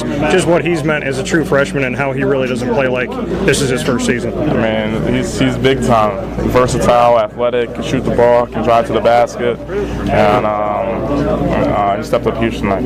When Syracuse has life in the NCAA tournament, it can get dangerous for other people. Just what you can say about this opportunity. I mean, it's a great opportunity for us, and that's what we were looking for throughout the whole entire season, just get an opportunity to play in this tournament. And I think we rely on our defense a lot, and I think not many people are used to this type of 2-3 zone. We're long, athletic, versatile, so we're going to give a lot of teams some problems. And lastly from me, just about the leadership for you, just what you can say you've done this season, even as a sophomore, to be a leader of this team, a leader of the locker room, and help the team move forward when there are those adversity-style moments. I mean, it's an honor for this university and stuff like that. It's a historic university, and just to be a leader of this team this year, it's an honor for me, and but these guys do an amazing job. They play with so much heart to keep on battling every single game, and that's why we're here right now. First NCAA tournament win for you, just coming off of that. It's a good feeling, but you can't get too high. You got to be ready for TCU coming up, and we'll definitely be ready for them. That comment once again from Tyus Battle. And before we take a fast break, I want to bring you my conversation one-on-one with Oshae Brissett here on Wake Up Call with Dan Tortora this morning on Friday, March 16th, broadcasting live for the first time ever from Detroit, Michigan. And Oshae Brissett playing through the pain. He came down hard on the first half, fell, which looked like on his hip, and then on his back. He rolled over. He had his hand on his head, looked like he was in pain for a while, and eventually came off the floor. And then just a couple minutes later came in to shoot free throws. And here's what he had to say to me about that awesome conversation about playing through the pain. Here's Oshae Brissett. I just wanted to help my team whichever way I can. I wasn't going to let that keep me out of the game, no matter how bad it hurt. I was fighting through it the whole game. I don't know if you guys can see, I was limping a little bit. My legs kind of sore, but I'm going to be fine. Nothing that I haven't experienced before. This is your first NCAA tournament game. It's your first NCAA tournament win. Just bring me into that moment when you hit the floor, just what's going through your head, because I know that you're a never-say-die type of player, so was it kind of like, hey, if my leg's broken, snap it back into place and let me do what I got to do? Yeah, of course. If I could get up and walk, then I'm able to play, and that's just the mentality that everyone on this team has. Any type of pain we feel, we try to get through it because we know how much the game means to us. So whatever I was feeling, I was just going to get through it. You had 23 points, not only lead Syracuse, but to lead all scorers on both sides. Just what you can say about doing what you need to do offensively. That just comes from my teammates, giving me confidence to get the ball in my spots to score, and that's on me just to convert it. Wherever I am, inside or outside, I want to knock down the three or hit the layup, with supreme confidence, and I feel like I was able to do that today. Some free throws fell, some didn't. Just speak to me about down the stretch, making sure that you got some of those to drop. Really crucial. Got to give a shout out to Paschal. He knocked down those two. But free throws was a big part, of the game. I missed way too many, and if I was able to knock those down, it would have been a better game. But I can't really think about that. We got the win, so just got to go into Friday, more locked in on free throw shooting. You got the W, but to look at something that's been kind of plaguing the team, maybe frustrating a little bit, shot clock violations. Just what you can say about working the ball on offense. Do you feel like you guys guys are moving around enough, setting screens, picks? Are you looking for each other enough? Just what you're seeing offensively. Later on in the second half, I feel like we were doing that a lot more, moving and cutting, and that's when the game opened up for us. Early on the first quarter and early in the second half, we weren't doing that, but I'm pretty sure we're going to watch film and see what was better, what was working for us, and then we're going to go into our next game with that same mindset that we got to move and cut and get open guys. What happens in the game sometimes where you guys are running the shot clock down to 6 seconds and maybe one or two guys has their hand on the ball? Just like you said in the second half, you felt like it opened up more because you're moving and cutting and whatnot, but why is that not happening all 40 minutes? Guys just, myself included, just stand around and watch. But that's something that we got to get out of our heads. We got to flash, got to cut. Just help the guys, help our guards out. They're the ones, the top Tyus and Frank dribbling the ball around, and it makes them look bad when myself and Marek aren't moving. So I take full credit of that. I got to start moving a lot more, and like you said, in the second half, it did a lot, but it should be all 40 minutes. So we're going to move on forward with that. This team is constantly counted out, and then you kind of put your finger up and say, we got another one to give. We got one more. We got one more after this. Just bring me into that never say die mentality, and that you guys somehow find a way most of the time. We know that every game matters. We know that everyone's going to doubt us. We know they're going to say what they need to say, but everyone in this locker room is all we got, from the managers, coaches, players, guys who really cheer us on. That's all we got. So we're playing for them. We're not playing for anybody else. I got to ask you about Canada for a second here. Toronto Raptors are doing pretty well NBA-wise. Is what you could say about that? Rooting for them 100%. I feel we're going to make it to the finals. So, mark my words. I feel Raptors and Golden State in the finals. I don't know who's going to win out of that, but, I got to DeMar DeRozan's doing it right now, so I got to give it to my guys. This is a wake-up call, fast break. Gear up with the real deal at Dreisig Apparel, creating what people are going to see and learn about you before they even meet you. Gear up for what you need for your team, business, or event. To look professional, look good, and feel good, outfit yourself at DreisigApparel.com. That's DREISSIG Apparel.com. The only place to gear up with the real deal. What's the universal language of a fan? Clapping your hands. With Fan Hands, the ultimate sports fan accessory, find your team color, slip them on, and start cheering on your favorite team with 11 different colors, always in stock on fanhands.com, where you'll find the ultimate sports fan accessory. Real fans wear Fan Hands. Utica Pizza Company spells family. Your family, my family, their family. The recipes that they have shared with each other throughout the years and have now been so gracious to share them with us. I can sit here and talk with you about all the great things that are on the menu. We'd be here forever. So let me say this. Utica Pizza Company is second to none. And now you can bring it home with you and you can dine in the restaurant. UticaPizzaCompany.com will give you all the information that you need. And let me say, these Utica greens, they're the best. Utica Pizza Company. Call them and place your order at 315-214-3060. That's 315-214-3060. Families break bread at Utica Pizza Company.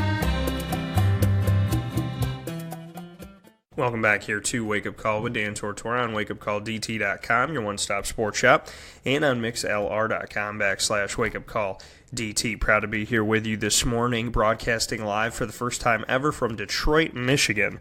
Wake Up Call with Dan Tortora has been on the road when it comes to college basketball for the last 2 weeks. We spent an entire week of shows, plus a bonus show, on Saturday, March 10th, in Brooklyn, New York, with the ACC Tournament and Championship Week. Had a former Syracuse player on every single broadcast of that for the third year straight.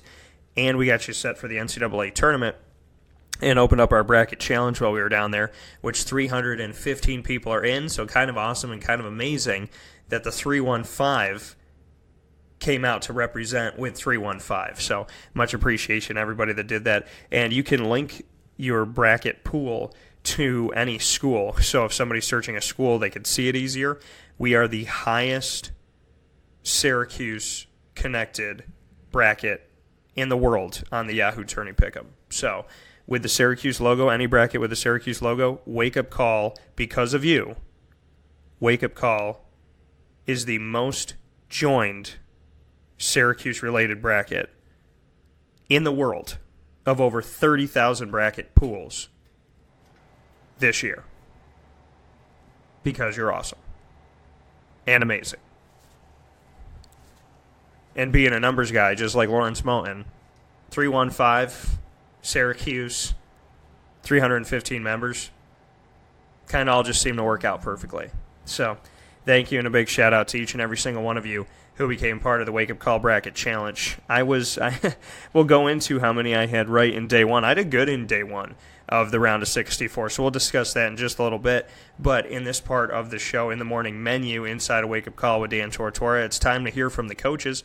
I had an opportunity in the press conferences heading into the matchup between TCU and Syracuse to speak with Jim Boeheim, as well as the opportunity to speak with Jamie Dixon, former Pitt head coach, who is now the head coach in his second season with the TCU Horned Frogs and has gotten them back to their first NCAA tournament appearance since 1998. So with that being said, I proudly am here to welcome you these conversations from Detroit, Michigan, in Wake Up Call with Dan Tortora's coverage of the NCAA tournament. Here is Jim Boeheim's response to me about how the team has stayed together throughout the whole year. No one's blamed each other in the ups and downs, and no matter what's happened, they've remained close. This is what he had to say about that. Well, we've never blamed anybody for anything in 42 years, so we're not going to start now. We go out, we do the best we can, what we have, and this team has played, as hard as you could ask them to play. Every game they've competed. Because of the way our schedule ended up setting up, everybody we played had a chance, and the way we are, everybody that we played this year had a legitimate chance to play with us or beat us, starting with Texas Southern and Iona and Buffalo and all the teams we played early. We had to maximize our effort in each one of those games to win. We've struggled at times offensively, at other times we've done some really good things offensively, but given the limitations and the numbers, I couldn't ask anything more from this group. Jim Boeheim echoing the words that I said this season about this team.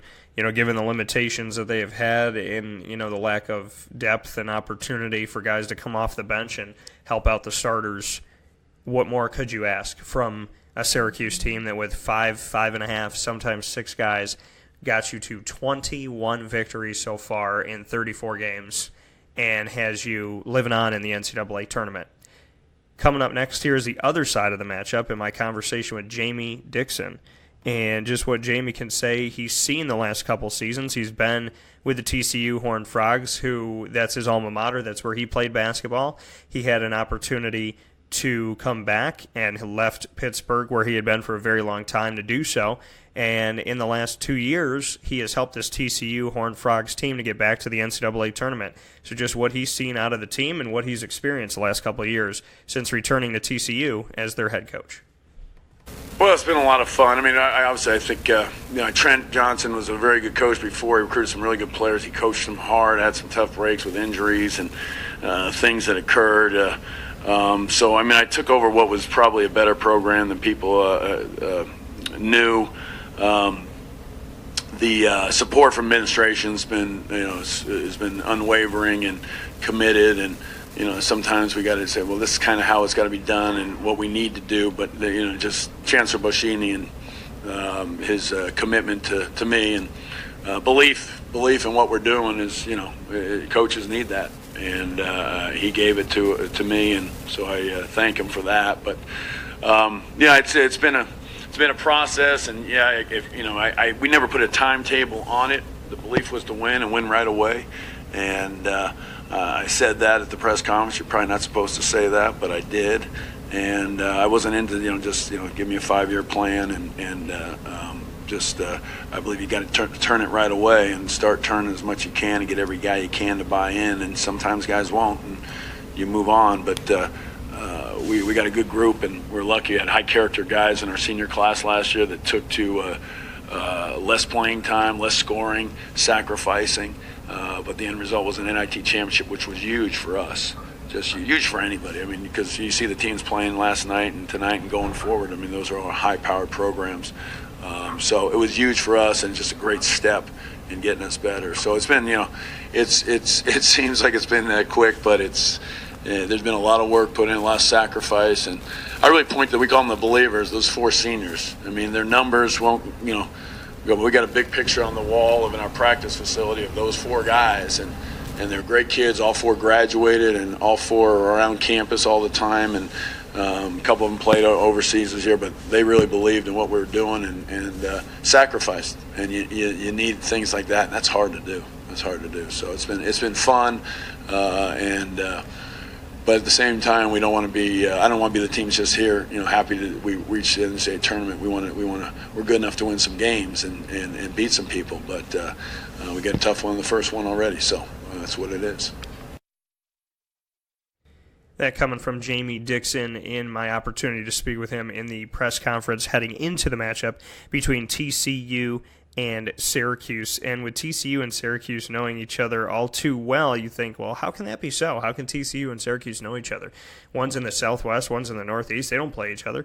Well, Jamie Dixon went up against Jim Boeheim a lot in recent history. And here is Jamie Dixon on being familiar with Syracuse and the matchup, as well as Jim Boeheim.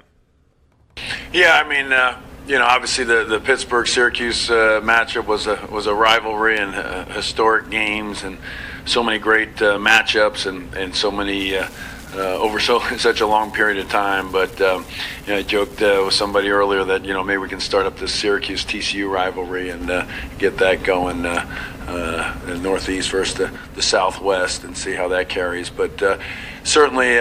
Obviously I have great respect for Coach Boeheim, and we can talk basketball and different things. But as I mentioned earlier with Coach, I mean, when I went to Pittsburgh as an associate head coach, knew Coach Hopkins, was friends with him. Through that, I think we came pretty close with Coach Boeheim when Ben and I came that way. And then there was Jim Zezetek, who I'm sure some of you guys know, Syracuse guy who's lived in Pittsburgh and was a good friend. And through that, it seemed like we just were closer attached to those guys right away. Once I became head coach, he was really forthcoming and welcoming, I should say, to me when I became head coach young. I think I was 36. Similar to him in a lot of ways, taking over a program.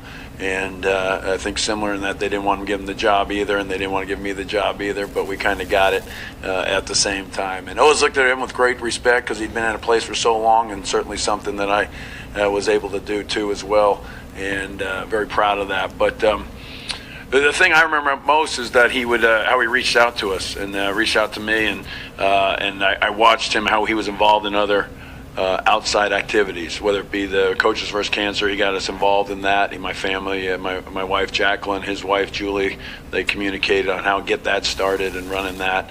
NABC, I think I got the approval from him that I could be on the NABC. I got the okay, so I think that helped. Jim knows how that stuff works, the politics, and all different things. So I often joked with him that I spent my off season listening to Jim speak at different events, whether it be the Nike trip, which he pretty much ran that too. USA basketball, he got me on that to coach the USA team in the World Championships. So he got me involved in that. So I would joke, and we'd hang out on the Nike trip, and we'd talk about different things, and I'd laugh. Oh, here I go, here I'm listening to him give him the state of the game. So obviously I respect him. More so for for all the wins, and I think everybody knows about that, but all the things he did outside basketball, and invited me in and pointed me in the right way, I think, too. This is a wake-up call, Fast Break. The Wildcat Sports Pub in Camillus, New York is located on 3680 Milton Avenue in the Home Depot Plaza. It is your family-friendly sports bar and restaurant. Folks, some sports bars aren't family-friendly. Some family-friendly restaurants are not sports bars. The Wildcat Sports Pub in Camillus, New York is proud to be both. It is that marriage that you've been looking for years. The Wildcat Sports Pub is your home base for your sports bar and restaurant needs, games for the kids, indoor and outdoor activities, and enough things on the menu to come back every single week and get to try something new. They're open Sundays from noon to 8 p.m., Monday through Wednesday, 11 a.m. to 11 p.m., and Thursday through Saturday from 11 a.m. to midnight. For reservations and party information, call 315-487-2222 for the Wildcat family-friendly sports pub and restaurant.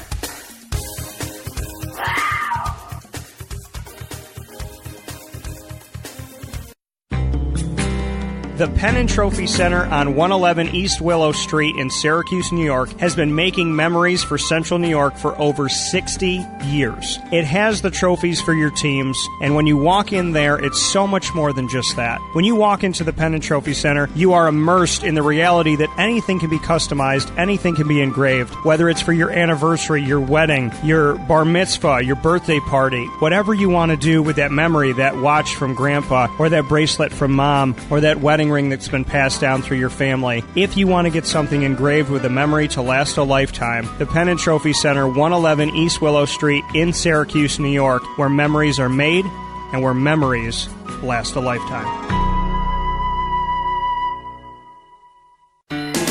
Hi, this is Kira from Looking Glass Events, where we're always giving you a reason to celebrate. Whether you have a small business, large business, personal event, or wedding, we are available to plan and coordinate your dream event to life. Every detail, every step, Looking Glass Events is working with you all the way. Call us at 315-702-4653. That's 315-702-4653. Or contact us through our website, lgweddingsandevents.com. Looking Glass Events, giving you a reason to celebrate.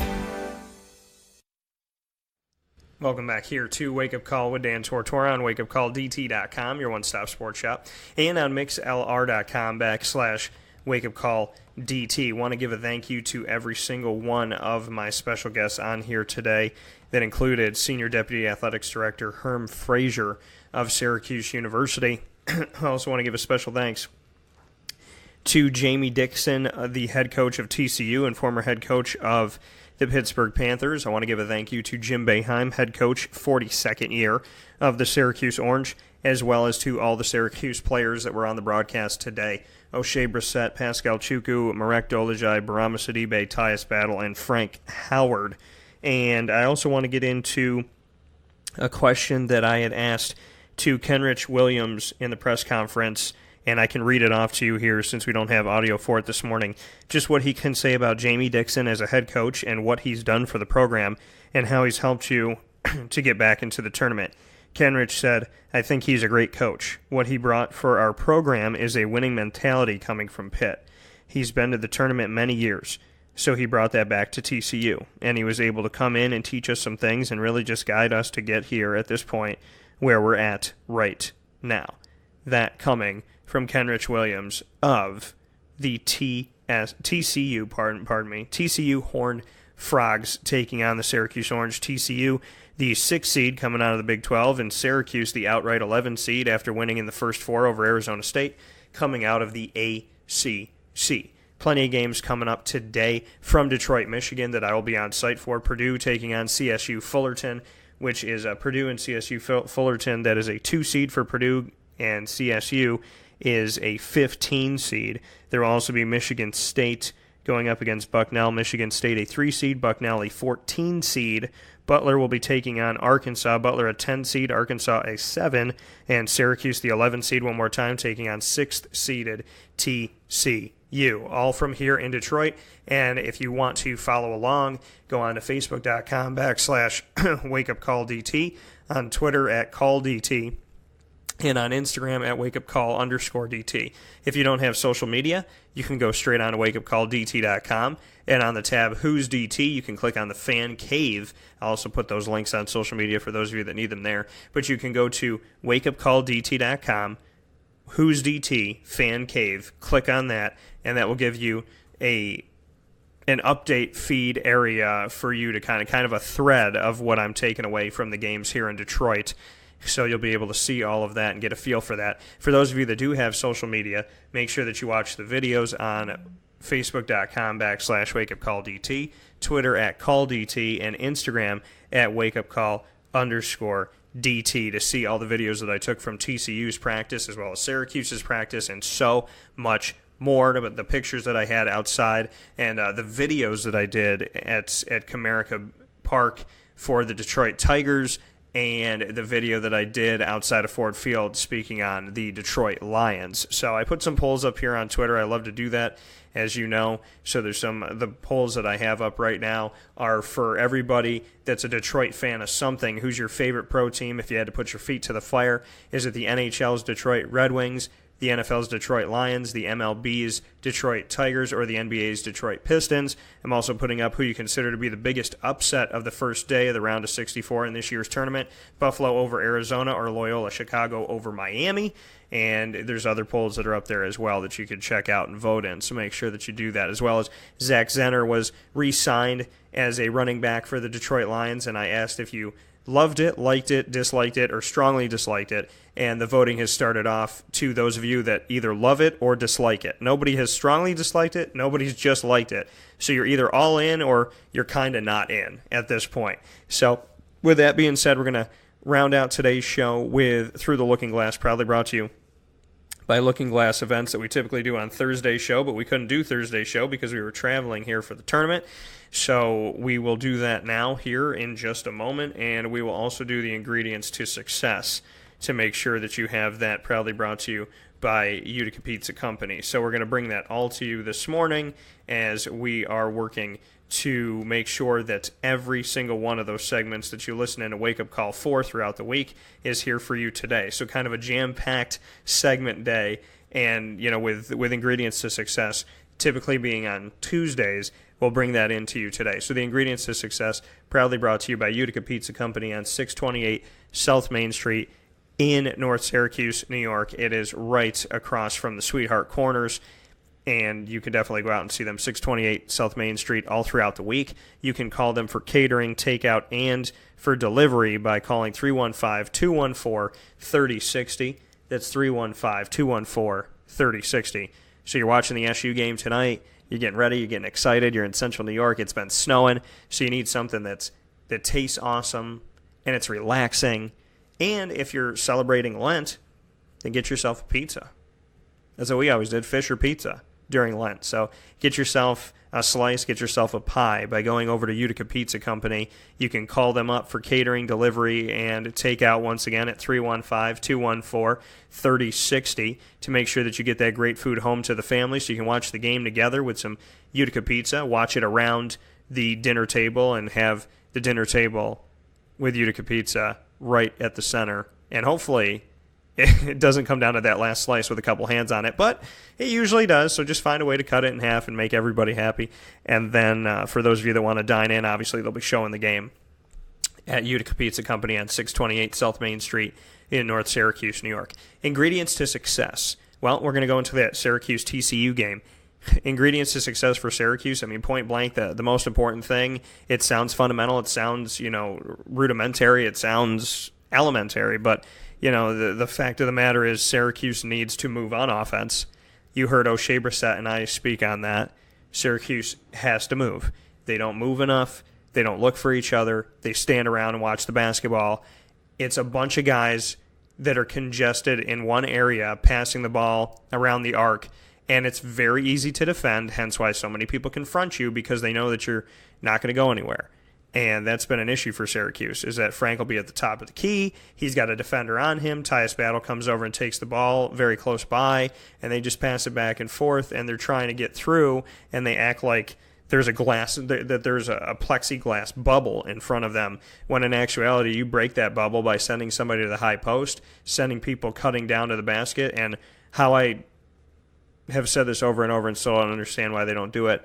If they can flash Oshae Brissett to the basket, have him come off a pick and roll, have him cut, whatever it may be, even have him come down the baseline, he's going to get some dunks and some opportunities. Not everybody's going to be able to beat him down the line. Yeah, they might tip a pass here, there, and everywhere, but you got a 7'2" guy in case they tip a pass. And for Oshae, I mean, I would have him flashing and cutting and screen and roll and pick and roll to the basket all day long. It's beyond me why they haven't done it. He said he needs to move more, so hopefully he will take his advice and do so if this team wants to move on. That's a huge ingredient to success for the Syracuse Orange. Another ingredient to success for the team is to, make sure that they're active on defense. TCU's got a lot of shooters, and they were doing three-point shooting drills for a big part of the practice that I was able to be a part of and shoot video at. And like I said, you can see that on all of our social media, on Facebook at WakeUpCallDT, on Twitter at CallDT, and on Instagram at WakeUpCall_DT. They got a lot of shooters, a lot of guys, 5-6 guys that can make threes on that team. And they were doing that over and over and over again. Shooting three, rotate, shoot three, rotate, shoot three, rotate, shoot three for 15 minutes. Take a, blow the whistle, go to the other side, shoot threes for 15 minutes, and blow a whistle, go to the other side. I mean, they did. They're playing a 2-3 zone. 2-3 zones are not set up to play well against teams that shoot well from the outside. And so TCU was taking as many threes as they possibly could in practice, in my opinion, to be prepared to take down Syracuse from the outside, because the 2-3 zone is going to have to be very agile, and there's going to have to be a lot of movement and a lot of hands up, because just by sheer definition, the 2-3 zone is not meant to stop three-point shooters, especially hot three-point shooting teams, as you've seen Syracuse go up against that. And if they didn't have a cushion against Wake Forest at home, could have been a very different game. So, Syracuse, as they move forward here, is going to be playing up against a TCU team that's going to want to shoot these threes, and has, from what I saw, at least 5 to 6 guys that are more than capable of making some shots. So with that being said, ingredients to success: hands up, move around, make good decisions in the 2-3 zone. If you're on the wings like Marek Dolezaj and Oshae Brissett, and you got to cheat forward a little bit, make sure you're watching the baseline, watching the guy in the corner, as well as moving up. That's a tough job to be on the wings. It is. If you're in the top of the 2-3 zone, you're right in, you're going to the guy right in front of you at the top of the key, and then you're shifting to the left side, you're shifting to the right side, you're looking at the high post. If you're a wing person, it's not shifting back and forth side to side. It's shifting up and down side to side, up and down side to side. So, with this 2-3 zone, knowing that there's going to be a bunch of shooters on this team capable of making shots, from what I could see and what I took away from the practice, Oshae and Marek Dolezaj, they're going to have to move a lot. And they're going to have to be very, very tenacious and very aggressive and make sure that they have their hands up. They can't leave a guy open. I mean, if Frank or Tyus need some help at the elbow of the three-point line, they're going to have to cheat up a little bit while still watching that back door or watching the guys on the baseline. So, it's a big part of this. It's a big opportunity. The Big 12 doesn't typically play defense in football, and there's the notion that they don't play defense in basketball either. So that could bode well for Syracuse, but only if Syracuse moves the ball around well and looks for one another. If they don't have good ball movement and they're just kind of stagnant on offense, then this will turn into TCU's game very quick. I'm confident that TCU is going to make shots. I'm confident that TCU is going to want this to be a 70 to 80 point game. So Syracuse's offense cannot afford to be stagnant, cannot afford to go out there and just kind of see what happens and move along, lackadaisical, so to speak. So they need to get through this whole feeling of, just this lackluster side of them. They have to get rid of it. They have to overcome it, and they have to get rid of it, because they cannot afford to do what they're doing. They cannot afford to just sit around and watch the basketball. And that's what Oshae said. Oshae said, listen, he goes, I put it on me and Marek, and he said, I'll take 100% on me that I have to be better about it. I can't just stand around and do nothing. I have to bring more to this team. I have to do more for this team. And he said in the first half, I felt like we just stayed around and watched the basketball. And that is something that is crazy that, somebody can admit, we just kind of look at the basketball. And I don't know why we do it, but we just kind of do it. At this point in the season, you can't afford to just get by. These teams are going to play you. They're going to play you tough. And like I said, on offense, it's going to be kind of like a beehive for TCU attacking Syracuse's zone. You have a bunch of different shooters, and you have a head coach in Jamie Dixon that has Jim Boeheim's number and knows how to beat Jim Boeheim and knows how to take care of this 2-3 zone. So that means that this team is going to have to be on their P's and Q's. They're going to have to work the ball around. I'm talking about all the fundamental stuff. Pick and rolls, screen and rolls, set the screen, move the ball around, God forbid, call some plays. If Syracuse went in there and called 3 plays in this game, 3 plays, they'd stun the world. They'd stun TCU and they'd stun everybody else if they literally went out there and just started calling plays. Just started calling plays because nobody would expect it. Nobody would be ready for it. So it's fundamental stuff that you learn when you're in like elementary school, but it hasn't been instituted. They've gotten this far. This is a good team. They got a lot of good players. They have done so much with 5.5, 6 guys. They've won 21 games this season. They made it to the NCAA tournament. They won their play-in game. They have another opportunity to move forward into the round of 32. This team deserves your respect, commands your respect. And if you don't respect them at this point, it's because you've either not watched the games, you have no idea what you're talking about, or you just don't want to admit that maybe you were wrong and that maybe Syracuse is doing some good things. At 21-13 with 6 players at best, show me anybody else in the nation that's doing something like that. So big shout out to Syracuse for all the work that they put forward and everything that they have done. Their ingredients to success are constructive, not destructive. They know they need to move around on offense. They know that they have to be tenacious. And, basically just watch what other teams do to you. The hot potato of passing the ball in like an X fashion through the 2-3 zone, just watch that. When you pass the ball quick in the 2-3 zone, no matter how fast people are, they got to be extremely fast and extremely with it. And these guys are playing 40 minutes. So if TCU's pass, 5 to 7 passes every single possession, guess what? Even 3 to 5, they're going to find some open looks. And if they knock those down, it's going to be a long day for Syracuse. So use what teams use against you against them. Pass the ball consistently, but look inside. Teams know how to defend Syracuse and defend Syracuse so well because they know that Syracuse is not going to look inside. Nobody's cutting. Nobody's posting up, and if they are posting up, nobody's looking for them. And when guys cut to the basket, nobody's passing to them. So, of course, it's really easy to get the shot clock down, and, of course, it's really easy to front your Syracuse player because you know that they're going to stand out on the three-point line and just wait for an open jumper instead of looking around. If you know that a team is one-dimensional and is staying beyond the arc, then all you have to do is send 2 or 3 guys to cheat up. You know that they're not going to dump the ball inside, so you just push them out farther and farther and farther and force them to take a contested, ugly shot with 6 seconds left on the shot clock. Defenses are not beating Syracuse because they're phenomenal. Defenses are beating Syracuse because Syracuse is beating themselves by not working the ball around, not calling plays, and not looking for one another on these screens and these cuts and whatnot. If Syracuse was moving on offense, if it wasn't just Tyus and Frank dribbling the ball and 3 other guys looking around, if they were moving back and forth, if they were cutting, and then on the side of Frank and Tyus, if they were actually looking for those players, it sounds fundamental, it sounds easy, it sounds like you get taught in kindergarten, but in all reality, if Syracuse did a little bit more of the fundamental basic stuff on offense, you would see this team be able to hang with a TCU team that wants to get to 71 in this game. It's as simple as that. And then finally here for the show with Through the Looking Glass, a deeper look at a trending topic. Looking Glass Events proudly plans your event throughout Central and Upstate New York. All year long they're doing events. Call them at 315-702-4653.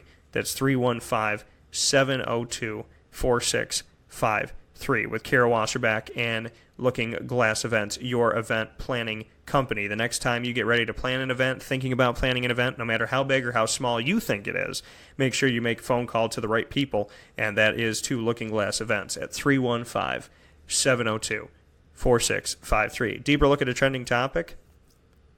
Well, we spoke about Buffalo and how they've shocked the nation. They didn't shock me. I voted for. I picked them. They didn't shock me in this game. I look at an Arizona team from a conference, like I said, that wasn't regarded as strong this year. And normally the committee over the last couple of years is obsessed with the Pac-12. Not this year. Arizona gets is atop the Pac-12, so of course they're going to get a bid and get an opportunity. So they did. And they're a team that isn't out there really to play defense. They're out there to outscore you. Buffalo's a team that can run up the scoreboard. So you got 2 teams wanting to get to 70, 80 points. And Buffalo is extremely tenacious. The running of the Bulls. They had a phenomenal season. They were at the top of their division in their conference, and they won their conference tournament.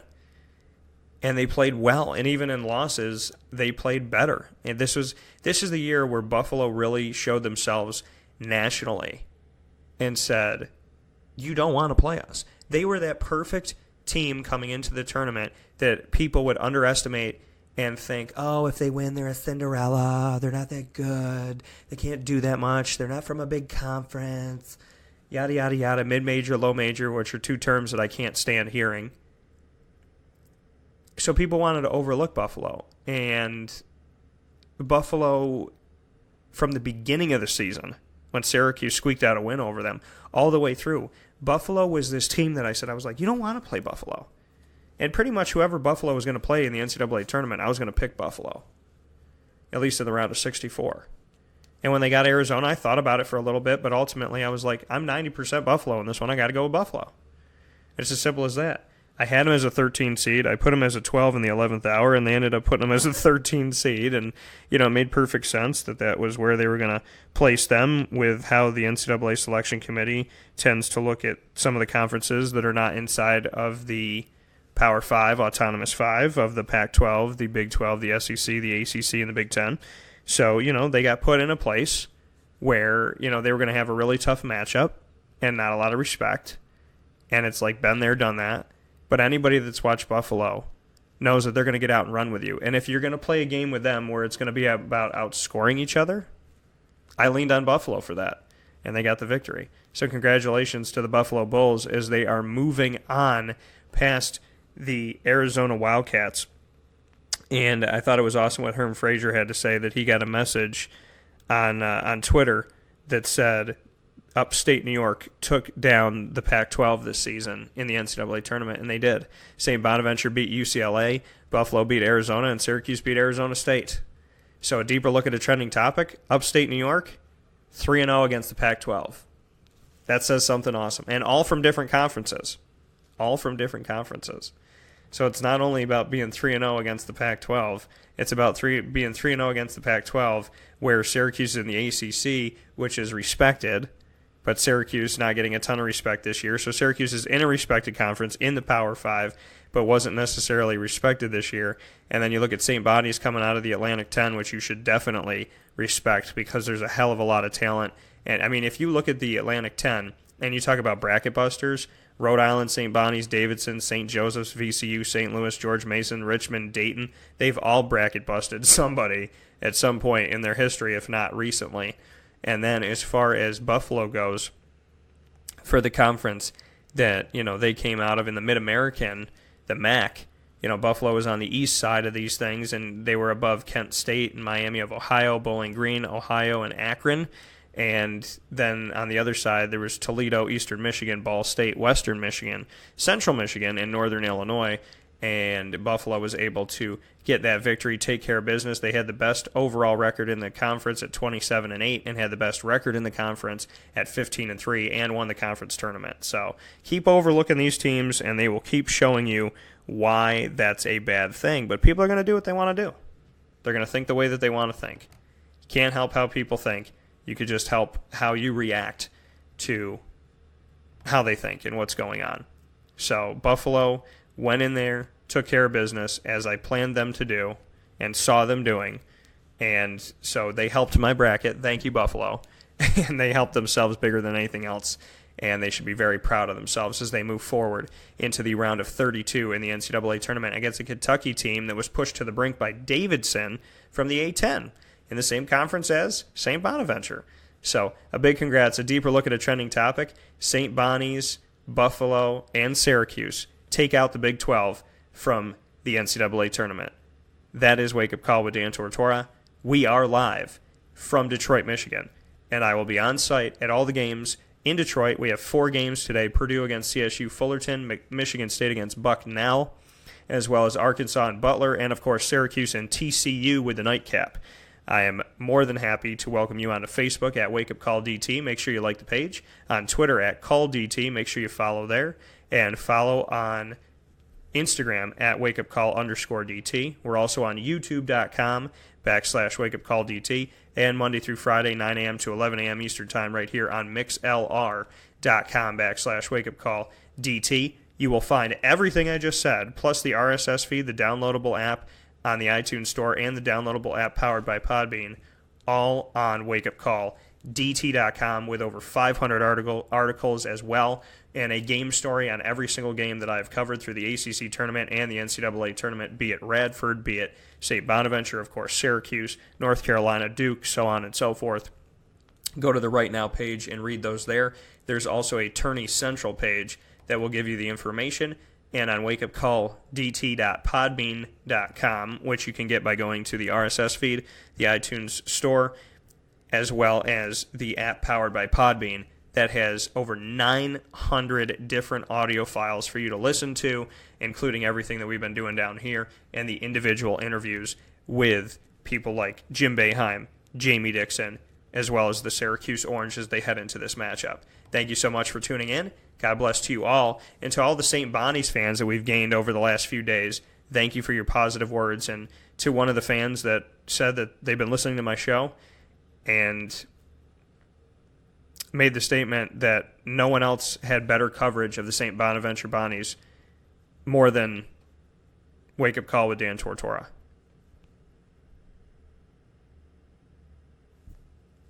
Words like that make you kind of step back and you don't know what to say. Yeah, it's amazing. So, thank you to each and every single one of you that find something that you appreciate and that you like, whether you're listening, watching, and or reading on wakeupcalldt.com and beyond. And thank you to Detroit, Michigan for welcoming Wake Up Call with Dan Tortora here live on location. Proud to be here. Third city in 2 weeks to broadcast the show live from. God bless and thanks to you all. Thank you to God for everything that he does. Thank you to my grandmothers, my grandfathers, my parents, my wife, my dog Lily, my friends, all the companies that I'm blessed to believe in me and me believe in them, and to everything. So, thank you so much. I am more than proud to do what I do, and I'm so happy that Detroit has finally become another location that I get to broadcast live from. God bless you, Detroit. I hope nothing but the best for you moving forward. I'll talk with you soon.